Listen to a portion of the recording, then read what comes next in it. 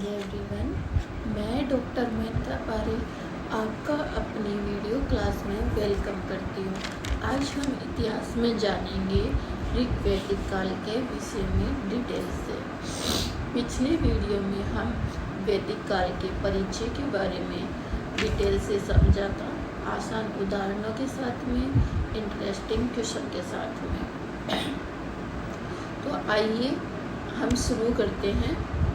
आज हम जानेंगे वैदिक काल के पहले चरण के बारे में, जिसे कहा जाता है ऋग वैदिक काल, और इंग्लिश में इसे अर्ली वैदिक पीरियड के नाम से जाना जाता है। यह काल भारतीय इतिहास को समझने के लिए बहुत महत्वपूर्ण है।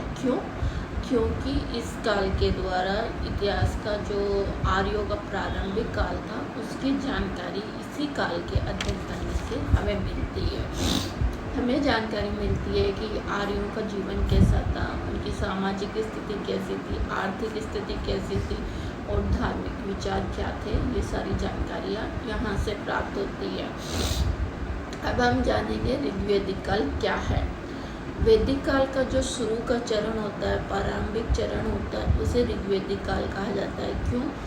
क्योंकि जो शुरू का प्रारंभिक चरण होता है, उसकी जानकारी हमें ऋग्वैदिक से मिलती है, इसीलिए इस काल को ऋग्वैदिक काल का नाम दिया गया है।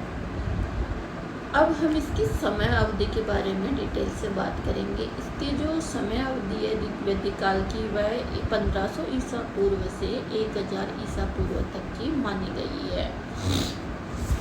इसी कारण इसको अर्ली वैदिक पीरियड के नाम से भी जाना जाता है। अब हम बात करते हैं कि जो ऋग्वैदिक आर्यों का निवास क्षेत्र था, वह कहाँ से कहाँ तक था। तो सप्त सिंधु का जो क्षेत्र है, वो ऋग्वैदिक आर्यों का निवास क्षेत्र के नाम से जाना जाता है। ये क्षेत्र वर्तमान में पंजाब और उसके आसपास के क्षेत्रों से संबंधित माना जाता है।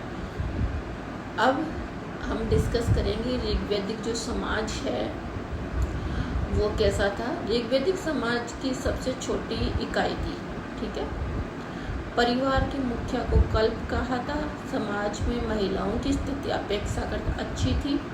उन्हें शिक्षा और धार्मिक कार्यों में भाग लेने का अधिकार था। अब ऋग्वैदिक अर्थव्यवस्था के बारे में बात करते हैं। ऋग्वैदिक जो अर्थव्यवस्था थी, वह मुख्य रूप से पशुपालन पर निर्भर थी।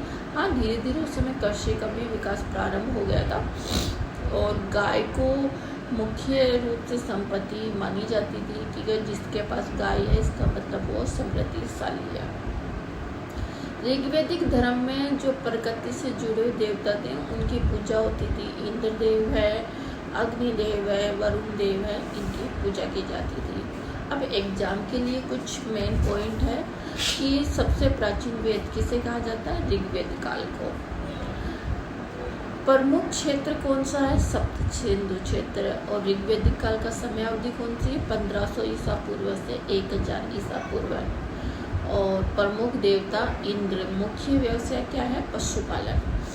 अब आपके लिए एक क्वेश्चन है कि ऋग्वैदिक काल की जानकारी का सबसे प्रमुख स्रोत कौन सा है? सामवेद, ऋग्वेद, पुराण, उपनिषद। सही आंसर कमेंट में बताइए। मिलते हैं नए वीडियो में नए टॉपिक के साथ। Thank you so much everyone कि आपने अपना कीमती समय निकाल के मेरा वीडियो देखा।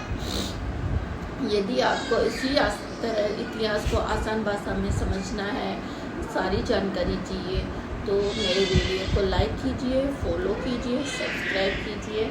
Okay, bye.